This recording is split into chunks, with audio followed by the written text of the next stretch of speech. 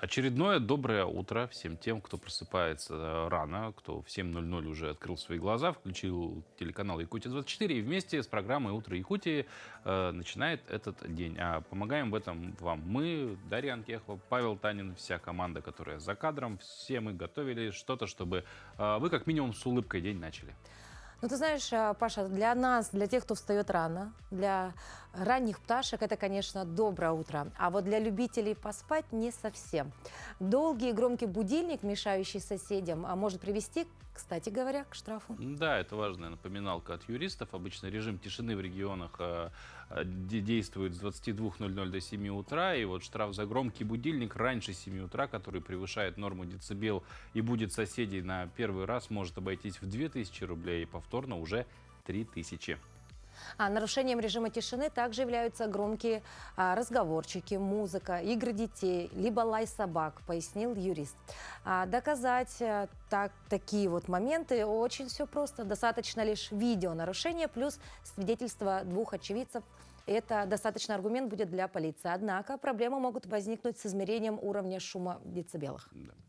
Ну, вот как бы что, понятно, режим тишины, все мы о нем знаем, а вот будильником, чтобы это какой должен быть будильник и что должно быть в качестве будильника, чтобы норму децибел можно было нарушить. Но, тем не менее, было уточнение, что все-таки такая информация больше касается вот, новых домов, да, как там они называются, я не помню, в которых слышимость достаточно очень такая хорошая, с тонкими стенами дома и так далее. Но все равно, вот, зная, как звучит мой будильник, например, мне очень трудно представить, как его могут услышать соседи.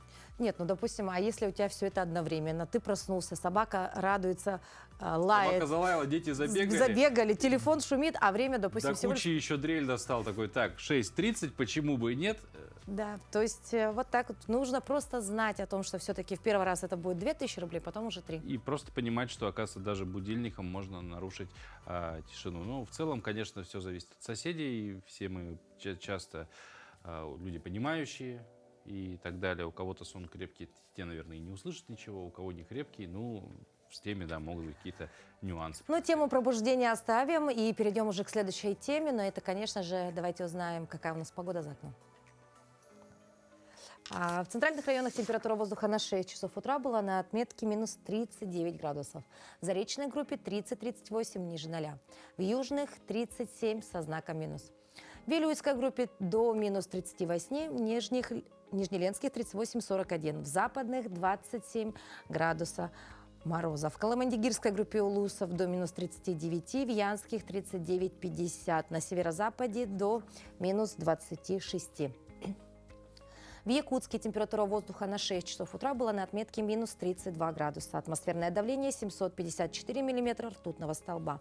Ветер западный почти 2 метра в секунду. Сегодня днем преимущественно без осадков. Ветер западный 3,8 метров в секунду. Температура воздуха ожидается до минус 27 градусов. Опять же, погода вроде потеплее температурно, но до 8 метров в секунду ветер все-таки может эту картину немножко омрачить. Тем не менее, мы далее двигаемся, и наши коллеги из информационной службы готовы рассказать о последних новостях.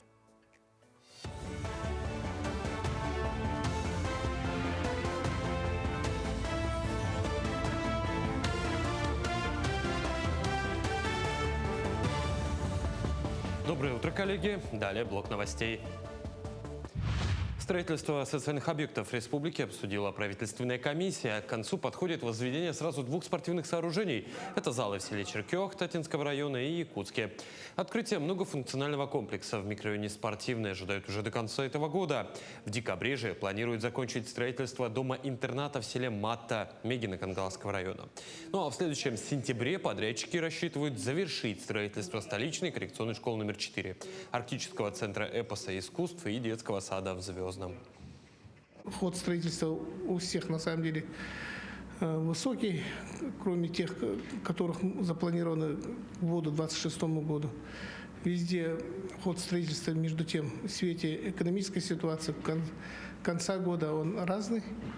И здесь особую, как говорится, беспокойность вызывает, когда заказчиками являются наши районы. В Якутии разрешено движение автотранспорта с общим весом до 5 тонн по ледовой переправе через реку Вилюй. Увеличение коснулось участка протяженностью в 3 километра на региональной автодороге. Данное решение принято в соответствии с примерным графиком открытия сезонных автодорог в республике.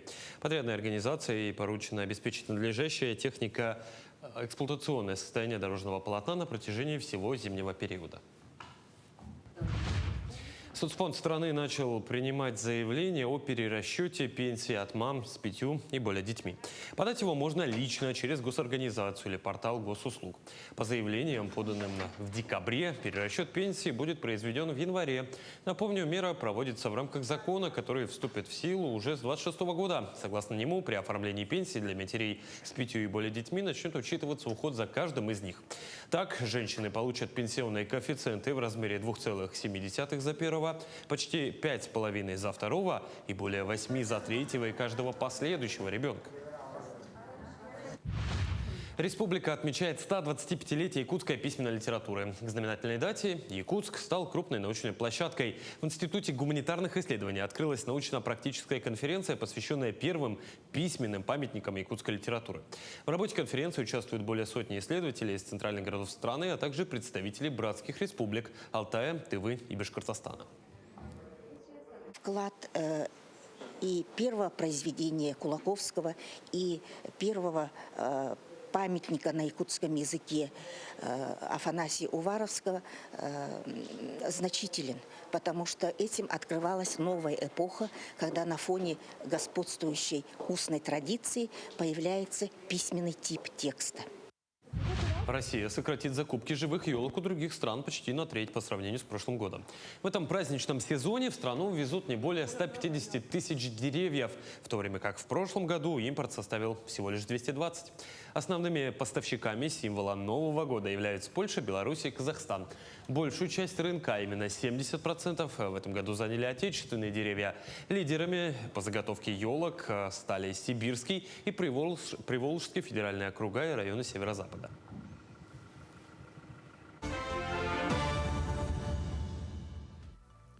Итак, сегодня уже среда у нас сегодня. Среда уже. 3 число, 3 декабря. Удобно в этом месяце, Да, пока считать, да? пока в этой неделе. Ну и, собственно, именно сегодня мы предлагаем вам сделать одно очень простое, но важное действие. Вспомнить кого-то, кого вы хотели бы подарить как минимум внимание или маленькую радость. Может быть, это ваш близкий человек, коллега или даже вы сами. Да, это не просто совет, а отличный повод, ведь сегодня день «Сделайте подарок». Этот неофициальный, но очень душевный праздник напоминает, что лучший подарок все-таки это не обязательно что-то дорогое, да, материальное. Это может быть доброе слово, помощь, время, проведенное вместе, или просто искренняя улыбка. А чем же еще знаменателен сегодняшний день, мы узнаем далее. На календаре 3 декабря. Сегодня отмечают Международный день инвалидов, День неизвестного солдата в России, День юриста, Всемирный день компьютерной графики, Международный день борьбы с пестицидами. По народному календарю – День Прокла. «До Прокла не жди от дороги прока», говорили на Руси. К этому времени окончательно устанавливалась зимняя санная дорога. В этот день наблюдали и за погодой. Считалось, что если 3 декабря выпадет снег, то и 3 июня будет дождливым. Иногда по погоде в этот день судили обо всем июне. Если на Прокла пел снегирь, а сорока пряталась под стриху, это предвещало скорую вьюгу. Этот день в истории. В 1609 году итальянский астроном Галилео Галилей изобрел телескоп. В 1966 у Кремлевской стены погребены останки неизвестного солдата. В 1967 в ЮАР произведена первая в мире удачная пересадка человеческого сердца. 1991 в СССР был распущен Комитет государственной безопасности. 1992 отправлено первое в мире СМС-сообщение. В этот день родились Нина Дорошина, советская и российская актриса театра и кино, народная артистка РСФСР. Оззи Осборн, британский рок-музыкант, певец. Джулиана Мур, американская актриса, писательница, лауреат премии «Оскар». Игорь Ларионов, советский и российский хоккеист, двукратный олимпийский чемпион, тренер. Аманда Сайфред, актриса. Именины отмечают Анатолий, Анна, Фёкла, Григорий, Иосиф, Алексей, Татьяна, Иван, Николай, Владимир и Александр. Ну, а сейчас для тех, кто, возможно, еще не проснулся, мы предлагаем пройтись по улицам нашей столицы. Да, ведь это все-таки они, как страницы живой истории, каждая хранит свои истории, имена и события, которые помнят стены домов и брусчатка тротуаров. Сегодня в рубрике «Моя улица» мы отправимся на одну из таких улиц. Это улица Богатырева, и узнаем, как же она выглядела в разные годы, кто здесь жил и как ее облик менялся с годами.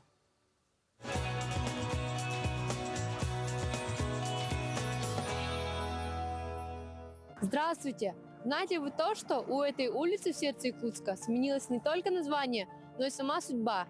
Сегодня она носит имя человека-легенды Афанасия Богатырева. А до 1962 года она была пристанской, ведь вела к речным причалам, где кипела жизнь. Протяженность улицы около 1 километра. Но сколько истории она в себе хранит. Представьте, 1901 год, 19-летний Афанасий, сын бедного крестьянина, нанимается матросом на пароход «Громовой». И всего через 30 лет он станет капитаном. Именно он составит первые лоцманские карты Лены, хотя грамоте научится только при советской власти. Он отдал северным рекам 50 лет, участвовал в полярных экспедициях, а в годы войны проводил караваны с ленд-лизом. Его наследие до сих пор живет в каждом якутском речнике. Перекресток улиц Дзержинского и Богатырева многим запомнился мясокомбинатом. Его сосиски старожилы до сих пор вспоминают с ностальгией. Но время идет вперед. На смену производству пришел дом быта. А ведь было время, когда это озеро делило улицу на 2 разных мира. Сегодня мост прочно связал их, почти как когда-то Богатырев связывал берега Лены своими пароходами. Даже местная школа номер 21 – свидетельница грандиозных перемен. Она открылась в 1939 году как маленькая школа при костно-туберкулезном санатории. А сегодня это современный образовательный центр. Всего 15 учеников были в начале, а сейчас уже более 1000 выпускников. Улица Богатырева – это место, где каждый поворот хранит память. Она доказывает, даже самые смелые мечты смогут стать реальностью. Улица, как ее герой, прошла путь от скромных истоков к великому предназначению. Следующая история в новых выпусках «Якутия-24». В связи с грядущими изменениями в ипотечном рынке в 2026 году многие жители Якутии задаются вопросами, что ждет будущих заемщиков, на какие программы можно рассчитывать уже сегодня и как грамотно подойти к выбору жилья. На эти и другие вопросы ответит эксперт в сфере недвижимости, руководитель агентства «Выгодная ипотека» Анна Туласынова. Анна, доброе утро. Доброе. Здравствуйте. Да, вот изменения в ипотеке, да, вообще в этом всем процессе в следующем году. Как простому человеку понять, да, что на самом деле меняется, как повлияет вообще на мечту о собственном жилье? Мгм. На самом деле, чтобы понять, что нас ждет, нужно понимать, что мы имеем сейчас. На самом деле сейчас очень хорошее время. Государство сделало все для того, чтобы у населения была возможность воспользоваться льготными ипотеками. На самом деле их сейчас целых 3. В нашем регионе действует дальневосточная ипотека, это всего лишь 2%. Мгм. Так, потом у нас действует также семейная ипотека. Многие не знают, оказывается, что она доступна для всех тех, у кого есть 2 детей любого возраста до 18 лет. Мгм. Правда, если один ребенок до 6 лет, то можно рассчитывать на покупку квартиры в новостройке, а если есть 2 детей до 18 лет, то только строительство через подрядную организацию. И третья льготная ипотека – это сельская, это 3% для всех тех, кто хочет жить и работать в селе.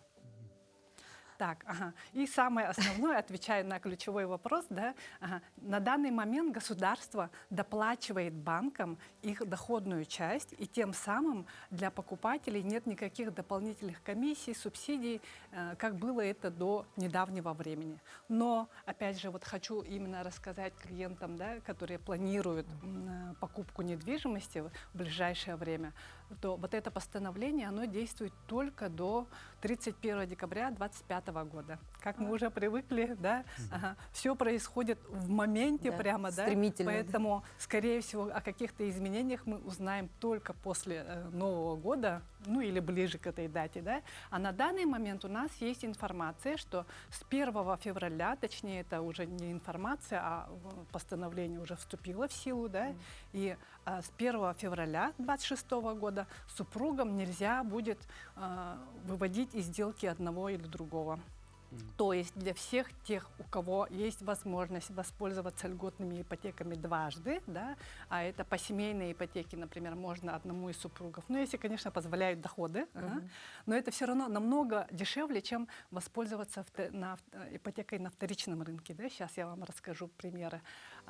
Для тех, кто вот, имеет такую возможность по доходам, да, есть возможность купить, скажем, новостройку в Москве и вторую в Якутске, или купить новостройку и построить дом и так далее. Да? Это когда позволяют доходы, еще раз, потому что по семейной ипотеке обязательно первоначальный взнос от 20%. И следующий момент, очень важный, о котором нигде не говорят, да, это возможность воспользоваться дальневосточной ипотекой тем семьям, в которых работает, скажем, один педагогом, другой медиком. Так вот, немножко расскажу. У них возможностей чуть больше. Да. Для всех тех, кто работает в педагогической сфере, точнее, в педагогических учреждениях государственных, да, появляется возможность, вот с 1 декабря мы ждали, что в банках тоже появится, но, к сожалению, немножко припаздывает, да, но тем не менее мы ждем расширения должностей по педагогам, да, когда, как и в медицинских учреждениях, любой работник может рассчитывать на льготную ипотеку. Также изменения коснулись и многодетных семей, то есть в тех семьях, где рожден третий последующий ребенок после 2024 года, также имеют возможность теперь воспользоваться этой классной ипотекой. То есть в идеале, конечно, быть, да, вот учителем, потом медиком, да, взять семейную ипотеку, взять дальневосточную, да. На самом деле нюансов очень много, поэтому мы приглашаем к себе в офис всех тех, кто вот действительно задумывается о покупке жилья. Ну, потому что действительно все меняется даже, я бы не сказала, не каждый месяц, а, наверное, почти ежедневно, да. Но если все-таки говорить про первоначальный взнос, это вот страх многих, да, и это проблема для многих, кто вообще хочет взять ипотеку. Даже самый главный такой препятствие. Да. Здесь какие советы могли бы вы дать? Так, на самом деле, по требованию банка, у большинства банков сейчас 20% годовых, 20% от суммы стоимости квартиры.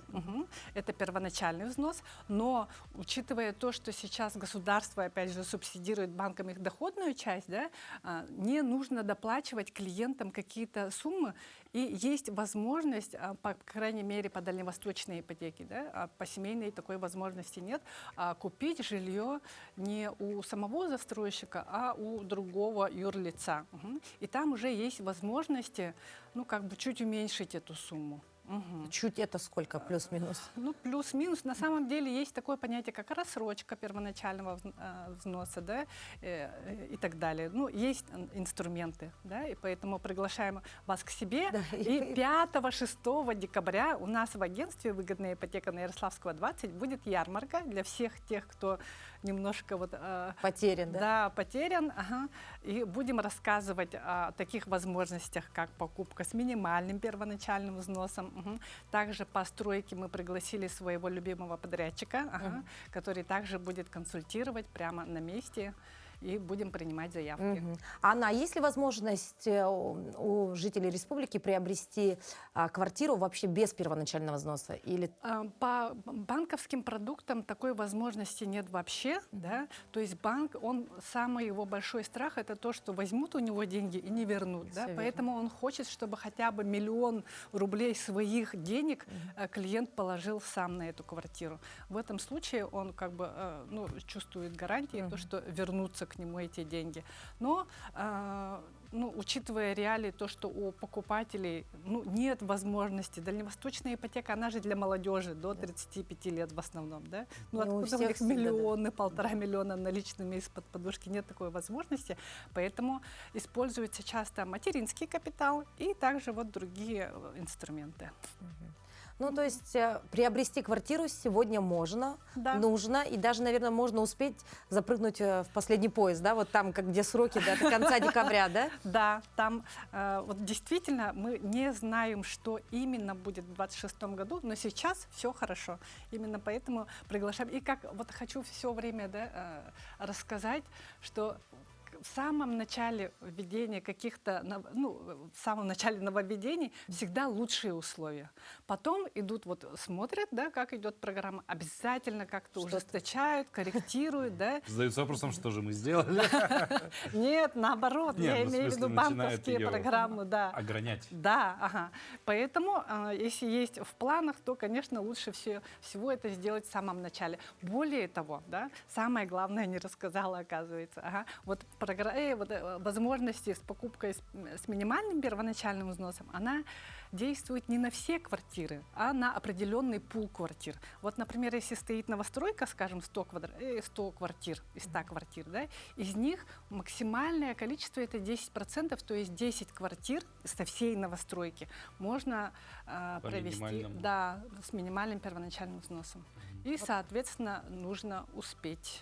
Ну и вообще это будет, мне кажется, очень такой классный подарок самому себе любимому перед Новым годом, да, приобрести недвижимость и, собственно, потом вот в этой же квартире успеть еще и спраздновать Новый год. А почему бы нет? И еще хочу немножко рассказать, да, для кого и на что вот эти льготные ипотеки. Ну, во-первых, это для молодежи до 35 лет. Человек должен быть либо в браке, либо с ребенком. Для работников медицинских учреждений, педагогических учреждений, также для СВОшников и работников Алроса. Это дальневосточная ипотека.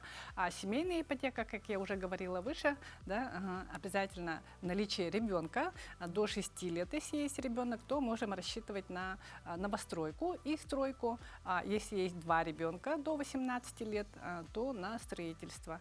Также эта программа распространяется на те семьи, в которых растет ребенок-инвалид. Там тоже либо новостройку, либо стройку уже на выбор идет.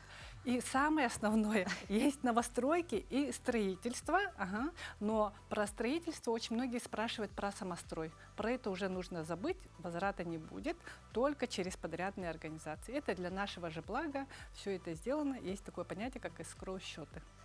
Анна, спасибо большое. Я думаю, конечно, этот вопрос актуален всегда был, да, приобретение жилья, да, у кого-то первого, у кого-то второго, неважно, да, но самое главное, что есть специалисты, и зачастую, если ты не можешь разобраться сам с этой информацией, которой сегодня очень много, да, необходимо просто подойти к грамотным людям, которые помогут, расскажут, и самое главное, возможно, и подберут для тебя лучший вариант, и, собственно, твоя мечта сбудется. Да, именно 5-6 декабря мы для этого ярмарку организовываем ярмарку. Спасибо большое. Ждем. Мы двигаемся дальше, обсудили важные финансовые вопросы. Это все ипотека, да, будущее, планы, стабильность. А все-таки основа для любых достижений – это наша энергия и здоровье, которые тоже требуют ежедневных вложений. И лучшее начало такого вложения – это, конечно, утренняя зарядка. Всего пару минут легких упражнений помогут запустить тело, улучшить настроение и подготовиться к новым свершениям. Присоединяемся к нашей разминке и повторяем вместе с нами.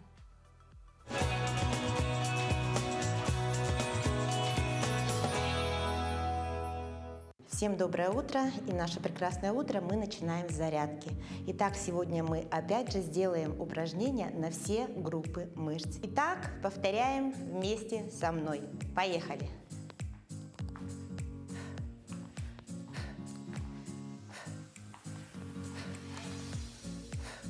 Обязательно дышим, делаем вдох, выдох, вдох, выдох, вдох, выдох. Немножечко наклоняемся и тянемся в бок. Ножку мы ставим назад, а ручки тянутся в бок. Это упражнение мы также выполняем по 1 минуте.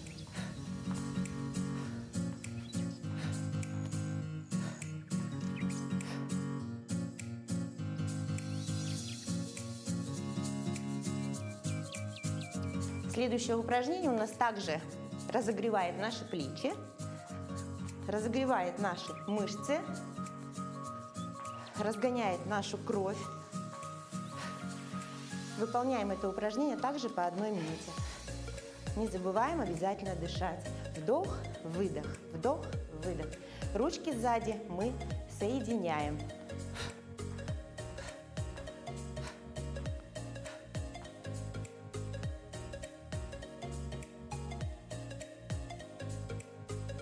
Следующее упражнение. Мы встаем на носочки и поднимаем ручки поочередно.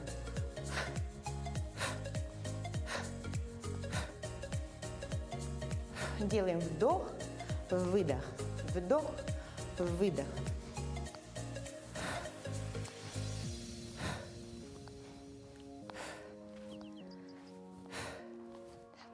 Ножки встряхнули, ручки встряхнули. Следующее упражнение у нас круговые движения руками перед собой.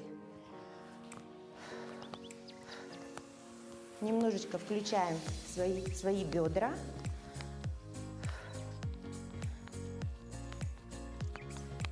Это упражнение тоже также выполняем 1 минуту.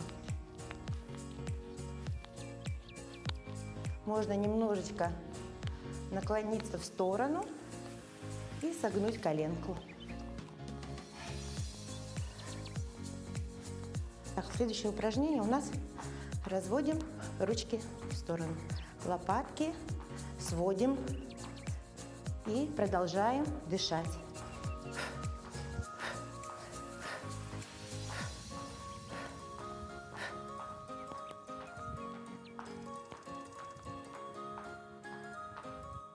Этот комплекс мы выполняем друг за другом без остановки. Каждое упражнение выполняется по 1 минуте.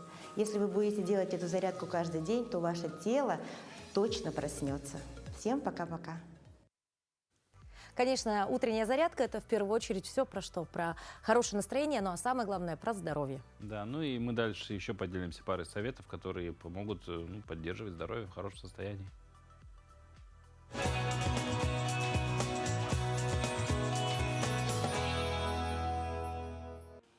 Доброе утро!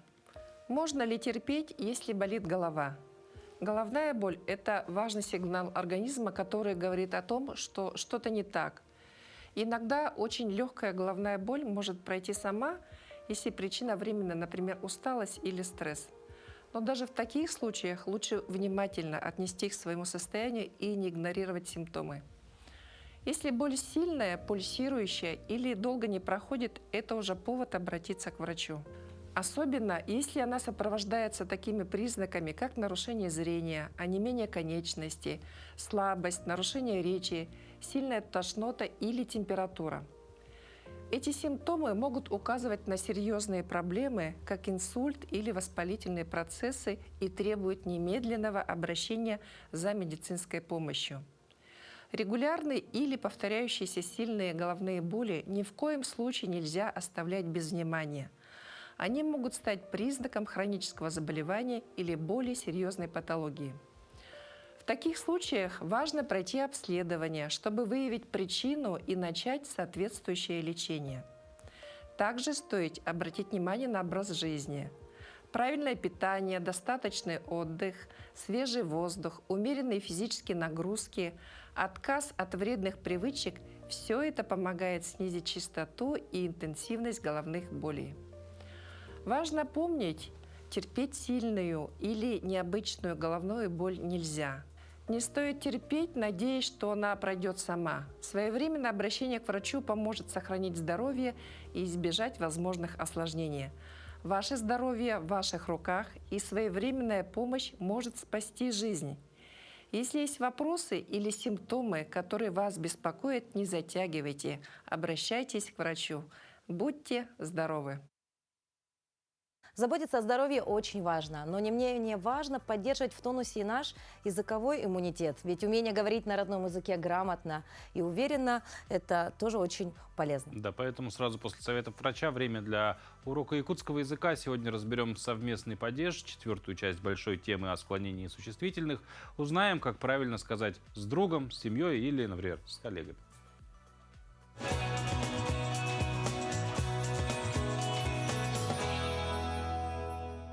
Үтө күнінен.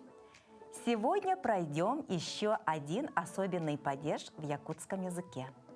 Это совместный падеж. И, конечно же, он подразумевает вопросы с кем и с чем. Кимнин тохтун. Аня, кимнин тохтун. Форма имени существительного в совместном падеже образуется при помощи аффикса «лын» и его вариаций в зависимости от предшествующих звуков. Рассмотрим на примерах. Айына.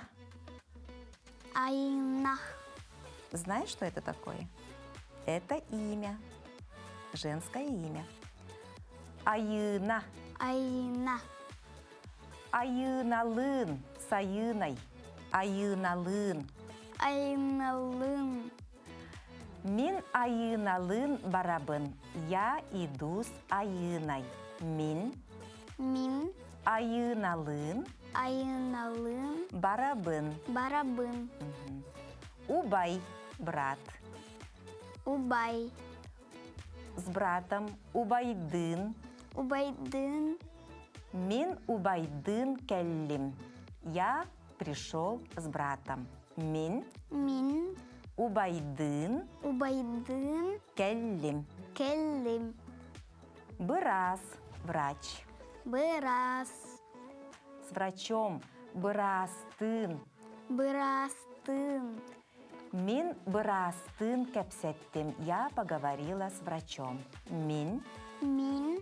бырастын Бырастын. кепсеттим. Кепсеттин. Молодец. Тут важно отметить, что в совместном падеже чаще всего используется притяжательное склонение, при котором имена существительные изменяются с аффиксом принадлежности. Это требует отдельного рассмотрения, поэтому сегодня ограничимся примерами. Слушаем и повторяем. Ие – мама. Ие. Ием – моя мама. Ием. Иебенин с мамой. Иебенин. Иебенин. Молодец. Иебенин көрістім. Встретилась с мамой.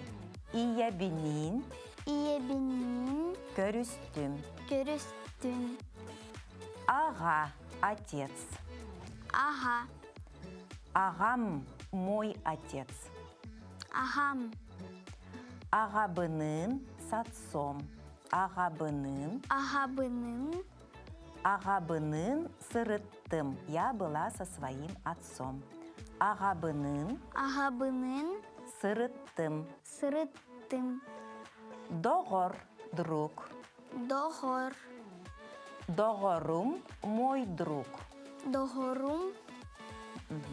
Доғорбунун с моим другом. Доғорбунун. Доғорбунун. Доғорбунун Доғорбунун. с моим другом. Доғорбунун жарбайдым. Я прогулялась с моим другом. Доғорбунун Доғорбунун. жарбайдым. Жарбайдын. Отлично. Аня молодец. У нее получается лучше, чем раньше. И я надеюсь, что у вас тоже получится. Көрсек қадери. Көрсек қадери.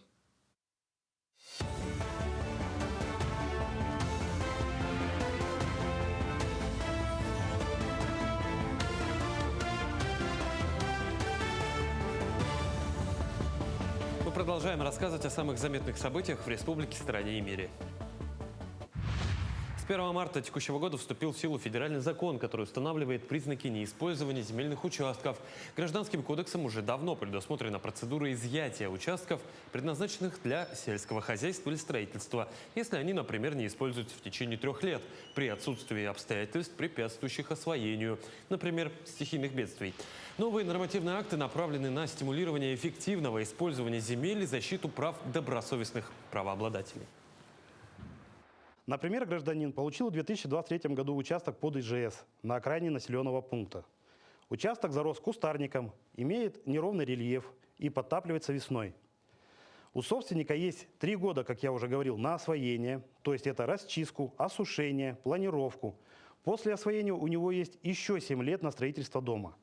И только по истечению этого общего 10-летнего срока, то есть 3 года на освоение, 7 лет на строительство, могут быть применены санкции за неиспользование. В Якутии завершает обучение первый поток менеджеров креативных индустрий, профессии нынче актуальной и востребованной. За образовательную программу отвечают ОГИКИ и Высшая школа инновационного менеджмента. 3 месяца слушатели курса познавали особенности креативной экономики. По словам обучающихся, упор делали на практику, а опыт удалось перенять у выдающихся деятелей. Заветные дипломы участники получат уже 5 декабря, в закрывающий день всех 6 модулей программы. Благодаря этому курсу мы посетили те места, которые мы раньше не были. Это, например, квартал труда, это Агики. Мы посмотрели изнутри, как работает вот именно центр креативных индустрий, да, креативной экономики нашей республики. Также хочется тут отметить, что мы познакомились с ценными кадрами, ценными людьми, которые благодаря им мы можем именно развивать свой улус, например. Северный чай, костное москалене и строганину дегустировали гости и участники 3-й зимней этнографической школы в Якутске. Главная тема – этнография питания, наследие культуры и ценности. Осмысление традиций питания народов Севера и передача практик здорового поколения молодому. Знатоки эвенкийской культуры, например, представили обрядовые представления о подаче северных блюд. Эксперты научной части мероприятия выступили с докладами на темы арктической диетологии, разработки специализированных продуктов лечебного питания на основе северного сырья. Самое главное то, как мы, народы Якутии, в том числе саха-вены, венки, чукчи, кигеры, в том числе и русские, мы как пытаемся сохранить свою традиционную культуру, это вот сегодняшнее мероприятие показывает. Через пищу, через одежду, через то, как мы воспринимаем эту пищу, как мы структурируем, организуем наше питание. Это является вот главным отличительной особенностью как народа, уникального, самобытной культуры. В Мирнинском районе впервые прошли соревнования по управлению дронами. В центре виртуальной реальности города развернулись захватывающие баталии. Более 50 участников в возрасте от 10 лет и старше приняли участие в первой гонке дронов «Алмазный вызов». Соревнования, ставшие настоящим праздником технологий и скорости, прошли сразу в 2 дисциплинах – управление реальными дронами и на техническом симуляторе. Участники соревнований смогли не только побороться за звание лучшего, но и обменяться опытом, найти единомышленников и узнать больше о мире беспилотных технологий. Центр дополнительного образования города Мирный в этом году весной стала победителем конкурса «Территория Алроса», где получила финансовую поддержку более 2 миллионов на открытие Центра беспилотных летательных аппаратов и развитие данного вида спорта в Мирнинском районе. Также у нас большую помощь, поддержку оказала администрация Мирнинского района. Более 1 миллиона рублей были выделены для того, чтобы закупить оборудование и дроны, площадку для того, чтобы провести соревнования для школьников и для взрослых на достойном высоком уровне. На этом все. Хорошего дня и оставайтесь на нашем телеканале. Спасибо большое нашим коллегам из новостного отдела, которые ежедневно рассказывают нам о последних новостях, потому что это действительно необходимо. Ну и это помогает, кстати говоря, многим из нас проснуться. А мы тоже не лыком шиты, тоже можем о последних новостях рассказать. Да. Так, например, в российских городах на смену летним электросамокатам пришли зимние электросанки. Это новый вид экологичного транспорта для заснеженных улиц. Их уже начали сдавать в аренду в Новосибирске, Бийске и других городах Сибири. Электросанки развивают скорость до 20-25 км в час, работают на аккумуляторах и способны легко скользить по укатанному снегу и льду.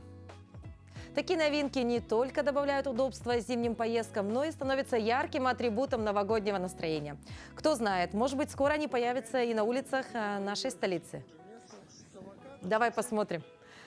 Ну, помимо вот этой иллюминации, да, в принципе, это транспортное средство, как мы видим, да? Я пытаюсь понять, как оно? Чем движение производится именно самостоятельно, то есть, вероятно, сзади какие-то... Аккумуляторы? Нет, движущие элементы. Есть. То есть, откуда берется энергия? Ну, там колеса уже. Ну, я пытался разглядеть, да, немножко не... Ну да, скорее всего, колеса шипованные, если мы говорим про снег. Ну, а в целом, а что дальше? Ответьте мне, что дальше? Электро-Дед Мороз, электросани, вот все вот это волшебная история, и мы постепенно приходим в киберпространство, в кибержизнь. Все верно, летать начнем скоро. Летать скоро начнем, да. Ну, а сейчас мы как раз уж поговорим про новогоднюю тему, ну и расскажем, почему вдруг решили заговорить на такую праздничную Пока тему. не стал кибер-Новый год, мы еще в классическом немножко побудем.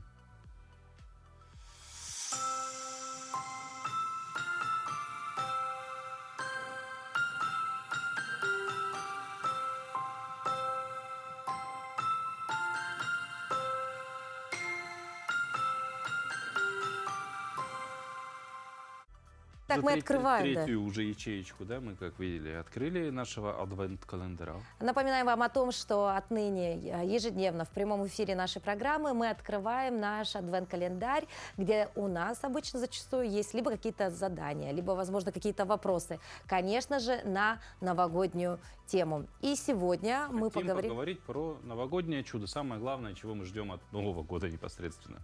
Ну и сейчас мы подготовили для вас сюжет, который расскажет нам о том, что чудеса случаются. И если вдруг вы решите сделать что-то доброе и приятное, то это можно сделать уже сейчас. В новом магазине сети «Азбука» в торговом центре «Тысячи мелочей» в городе Якутске дан старт самой новогодней акции «Елка добрых дел». Теперь каждый может стать волшебником и исполнить мечту воспитанника Центра содействия семейному воспитанию «Берегиня». Акция «Елка добрых дел». Все мы хотим, чтобы все дети нашего мира, планеты были счастливы, и все, чтобы их пожелания исполнялись в этом новом году. Предпраздничное настроение детям и родителям подарили зажигательные конкурсы, ведущие в новогодних костюмах и, конечно, нарядная елка, на которой вместе с игрушками висят красочные рисунки с самыми сокровенными желаниями ребят. Дети, все равно уже с возрастом дети теряют вот эту веру в Новый год, в Деда Мороза. Они уже так относятся. А благодаря вот таким акциям у них это все всплывает заново, и они уже более сильнее верят в Новый год, в новогоднее чудо и в этот праздник Деда Мороза. Нам удалось по секрету узнать, а что же хочется получить ребятам в этом новом году. Я жду счастья, доброты и что-нибудь хорошего. На Новый год доску рисования. Мы хорошо работали. Мы тоже решили принять участие в этой доброй новогодней акции и призываем всех, ведь доброта творит чудеса. Вероника Тамтосова, Иван Сорокаумов, Якутск. Но говоря о волшебстве и подарках, которые мы можем сделать для других, нельзя забывать и о маленьких чудесах, которые мы создаем для себя и своих близких. Например, установка новогодней елки. Это тоже маленькое чудо. Главного символа, которое не только является маленьким чудом, она является тем, что чудо в дом приносит, наверное. Хотя бы ощущение этого чуда и волшебства самое главное. Зима начинается с Якутии, а новогоднее настроение, конечно же, с вашего дома. В частности, с установки дома зеленой красавицы. Но вот какую выбрать? Живую, с волшебным ароматом хвои или искусственную? А если вдруг решили купить живую елку, где и как ее выбрать? Вот сколько много вопросов. Очень большое количество, потому что все-таки дело ответственное раз в год. Да, раз в год мы отмечаем этот праздник. И, собственно, про выбор елей и все вопросы, которые с этим связаны, ответит наша коллега Виолетта Засимова. До Нового года остался всего месяц, самое время задуматься о выборе елки. Мы провели опрос, чтобы узнать, какие елки предпочитают ставить жители города Покровска. Какую елку вы предпочитаете ставить у себя дома, живую или искусственную? Искусственную. Искусственную. Живую. Я бы хотела поставить живую елку, но у нас квадратура не позволяет. Раньше мы в деревне ставили дома. Было классно. Живую. Почему живую? Пахнет хорошо, лесом. Какую елку предпочитаете? Живую. Почему? Она, во-первых, она красивее и насыщенно выглядит, ярче. А искусственно, не знаю, мне не нравится пластиковый просто. Как показал опрос, часть покровчан отдает предпочтение живой ели. Но где ее взять? Оказывается, в лесничествах республики существует услуга по заготовке хвойных пород для новогодних праздников. Оформить эту услугу можно, обратившись в ближайшую контору лесничества или, что еще проще, через портал госуслуги. Во втором случае алгоритм действий следующий. Вы заходите на портал, выбираете нужную услугу, указываете, где именно планируете рубить дерево и подаете заявление. После проверки данных с вами заключат договор купли-продажи и останется лишь оплатить символическую сумму. За 2-метровую ель это около 100 рублей. И затем можно выезжать в лес за своей хвойной красавицей. Однако заготавливать новогодние ели разрешено только на строго определенных участках. Например, там, где проходят линии электропередачи, газовые магистрали или минерализованные полосы. Также существуют правила, касающиеся выбора инструмента для рубки. Не топором. Топором, если будете срубить, то дерево рассыпется, а именно ножовкой. Тогда вам удобнее будет и по правилам заготовки древесины. Кроме того, на определенной территории могут разрешить рубить только конкретные виды хвойных пород. В Хангаласском улусе есть 3 участковых лесничества. В нашем Покровском участковом лесничестве есть сосны. Ну, разрешается на Покровском сосны, потому что ель у нас очень мало. А на Ботомском участковом лесничестве там состав еля очень много. Там и в Синском можно тоже ель получить. Итак, запомните, для легальной заготовки лесной красавицы необходимо оформить договор купли-продажи в местном лесничестве. Это гарантирует, что ваша елка принесет только радость, а не проблемы с законом. Ежегодно у нас есть выезды, перед новогодние рейды.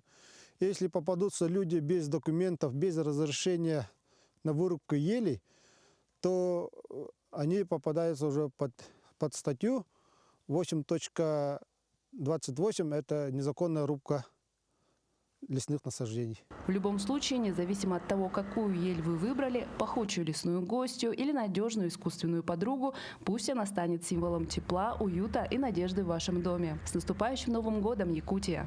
Виолетта Засимова, Хангаласский улус. Ну а сейчас мы продолжим наш эфир и поговорим на очень такую интересную тему, которая, в принципе, может коснуться каждого. Да, в любом регионе России малообеспеченные граждане и безработные могут заключить социальный контракт и получить финансовую поддержку. В отличие от пособия, этот вид господдержки помогает человеку выйти из кризисной ситуации и поднять уровень дохода. Об этом подробнее мы сегодня поговорим с нашей гостьей, заместителем руководителя управления социальной защиты населения и труда города Якутска Валентиной Сергеевной Портнягиной. Доброе утро. Здравствуйте. Простыми словами, что такое вообще социальный контракт на открытие своего дела и основная цель этой поддержки какая? Но если говорить простыми словами, социальный контракт – это вид некоторого соглашения. Соглашение между государством и гражданином. Да? В рамках этого соглашения государство обязуется направить денежные средства на открытие своего дела, а гражданин обязуется потратить эти деньги именно целевое использование, чтобы было, и он должен вывести свою семью или себя на доход стабильный, ежемесячный.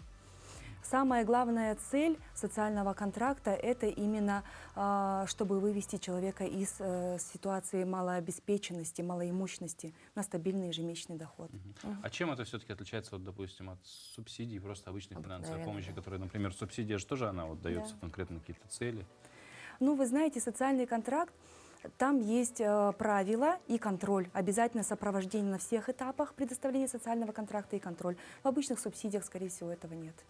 Ну а кто является главным адресатом для такой меры поддержки, да, и какие основные категории граждан в первую очередь рассчитан контракт? Да.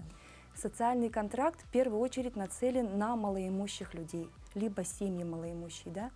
В приоритетном порядке мы рассматриваем многодетные семьи, семьи участников специальной военной операции и, конечно же, инвалидов. Для инвалидов есть специальные программы, там немножко другие условия, чуть-чуть по-другому идет расчет среднедушевой. Ну, допустим, вот кто-то из наших телезрителей сейчас попадает под одну из этих категорий и думает, а с чего же можно мне начать, да, и как вообще проходит весь этот процесс согласования? Ну, во-первых, нужно посмотреть на документацию, да, вообще, что такое социальный контракт. Информации на самом деле очень много. Можно изучить в госуслугах, зайти посмотреть, у нас на сайте Управления соцзащиты. И, например, после этого необходимо собрать документы. Во-первых, это паспорт, свидетельство о рождении детей, свидетельство о браке, реквизиты лицевого счета. Самым главным документом является бизнес-план. Вот от этого зависит очень многое. Нужно подготовить его таким образом, чтобы там были учтены и сметы расходов, на что вы собираетесь потратить, и, так сказать, финансовый план на ближайшие 3 года, какой у вас будет доход, как вы это все видите, где вы это будете реализовывать. Вот это самое основное. Ну, люди обращаются по разным направлениям, поэтому тут, конечно, надо смотреть от своих собственных ресурсов. К чему у тебя душа лежит. А вот если душа к чему-то лежит, ну, допустим, как-то составление бизнес-планов не мое, можно ли где-то получить помощь именно в составлении этого документа? Конечно. Ну, во-первых, консультации оказываем мы в Управлении соцзащиты. Еще у нас есть центр «Мой бизнес», который тоже консультирует наших граждан. Если человек малоимущий, они делают это бесплатно. Угу. То есть главное сначала идею какую-то, да, в своей голове, как бы, чтобы она появилась, самое главное, потом сделать бизнес-план, потом все это быстренько оформить, прийти к вам и, пожалуйста, работай, да? А вот какова сумма-то поддержки, собственно, и на какие, грубо говоря, статьи, как правило, ее можно потратить? В 2025 году максимальная сумма поддержки составляла до 500 000. Это зависит от сметы расхода. В 2026 году, в следующем году, пока мы не можем сказать, насколько изменятся условия, да, социального контракта. Об этом нужно будет уточнить Управление соцзащиты.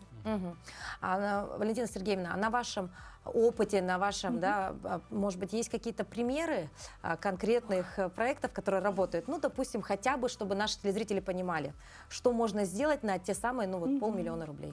Вот смотрите, в 2025 году у нас получили уже порядка 250 социальных контрактов. Это граждане, простые граждане города Якутска, у которых есть классные идеи. Идей на самом деле очень много, разнообразия просто вот и перечислить нашей передачи с вами не хватит сегодня, да?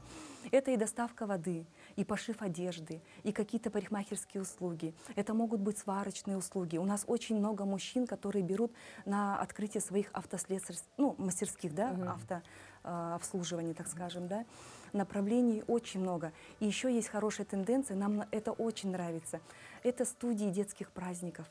Это репетиторские центры, где сами благополучатели заботятся о наших детях, да, и открывают такие замечательные места, локации, где можно своего ребенка привести и провести там классное время. А как проходит рассмотрение заявки и как бы принятие решений, да, кто, это какая-то комиссия, да, собирается, или может быть один человек сидит такой, так, это хорошо, это не очень? У нас очень серьезная комиссия. Комиссия это при мэрии, да. Заявитель собирает пакет документов, и вот этот бизнес-план рассматривается на комиссии. И мы приглашаем заявителей для защиты своего бизнес-плана. Проверяется бизнес-план, например, тема должна соответствовать перечням закупаемого оборудования, инструментов или там мебели, да. И еще мы обращаем внимание на то, сможет ли человек, вот финансовый план, сможет ли он вывести свою семью или самого себя из вот малоимущности. Это тоже обязательно условие. Обязательно. Да. Но если вдруг по каким-то причинам, но что-то не удалось выполнить из тех требований, которые существуют, все, на этом крест? Или можно как-то быстренько доработать и еще раз защитить свой проект? Или уже только в следующем году? Ну, обычно комиссия, мы относимся лояльно, так сказать, да. Мы всегда даем время человеку, например, исправить, доработать какие-то моменты, продумать то, что он не продумал. Вообще срок рассмотрения составляет до 30 дней. Но если, например, человек, обязательно он должен целевое направление там быть. Эти деньги можно направить не все на закупку оборудования, а, например, 15% от этой стоимости можно потратить на аренду помещения, 5%, например, на рекламу, 10% на какие-то разрешительные документы оформления. А можете привести, ну, буквально, может быть, там один-два примера каких-то компаний, да, каких-то мест, может быть, в Якутске, которые вот по социальному контракту, да, сегодня вот, может быть, даже все знают название там этих мест, их посещают. Просто это будет очень хорошая мотивация для зрителей, кто сейчас вот думает, ну да, вот есть такая возможность, да, получится, у меня не получится. А вот такие примеры, они всегда являются таким вот прям маяком надежды, что у тебя тоже может получиться, и все будет хорошо. Ну вот, например, не так давно нас пригласили на открытие студии мастерской Деда Мороза. Это замечательное место, ее можно найти в 2GIS. И там, значит, студия праздников для детей. Эта тема очень актуальная. Как раз скоро у нас Новый год, да. Там вмещает помещение до 20 детей. Там есть мастерская, и там можно классно провести время с детьми. Там игровые комнаты, рассчитанные на все возраста. Это просто у нас такое откликнулось в душе. Да. У каждого из нас есть дети, да. Ага. И вот они здесь реализуют. А так, на самом деле, самые удачные примеры мы публикуем у себя на сайте. Там можно зайти в раздел «Социальные контракты», посмотреть. Там очень много. Валентина Сергеевна, но и многих, конечно, интересует вопрос, а как долго потом нужно отчитываться, да, за все это время? Деньги-то получили, бизнес успешно работает, но это же нужно как-то потом и оправдывать. Соответственно, вот насколько терпения нужно запастись, сколько лет потом, или это как-то другими сроками? Вообще реализация бизнес-проекта, она осуществляется в течение года. Запуск проекта происходит, как правило, в первые 3 месяца. То есть тут не надо много времени, нужно просто купить, установить, найти помещение, если это необходимо, да, и запустить бизнес. И сопровождение мы делаем в течение 2 лет, чтобы в течение 2 лет был стабильный доход у гражданина. Мы за этим строго следим. Вот, ну и, наверное, завершая нашу беседу, да, куда, ну еще раз напомним, куда можно подойти за консультацией, может быть, да, еще пока еще не проект сдавать, а вот чтобы прийти, да, вот, ну, нам часто лучше с человеком напрямую разговаривать. А да, может чем лучше даже не телефоном. прийти, а как-то дистанционно? Ну, может быть, да, кому-то наоборот дистанционно хочется. Очень много информации на самих госуслугах. У нас есть, вот я как сказала, управление соцзащиты сайт, да, там можно посмотреть. В центре «Мой бизнес» они очень хорошо консультируют, да. Можно в центре поддержки предпринимательства.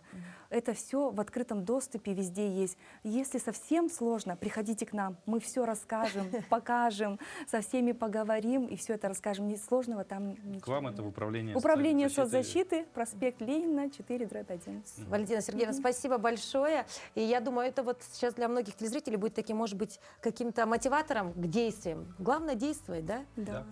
Действуйте, и все у вас будет хорошо. Ну, а чтобы действия действительно у вас получались, мы хотим пожелать вам просто отличного настроения, чтобы все у вас вот сегодня, да и во все другие дни обязательно получалось. Ну, а мы уже скажем завтра вам в 7:00. Доброе утро, Республика. Поэтому оставайтесь всегда с телеканалом Якутия 24.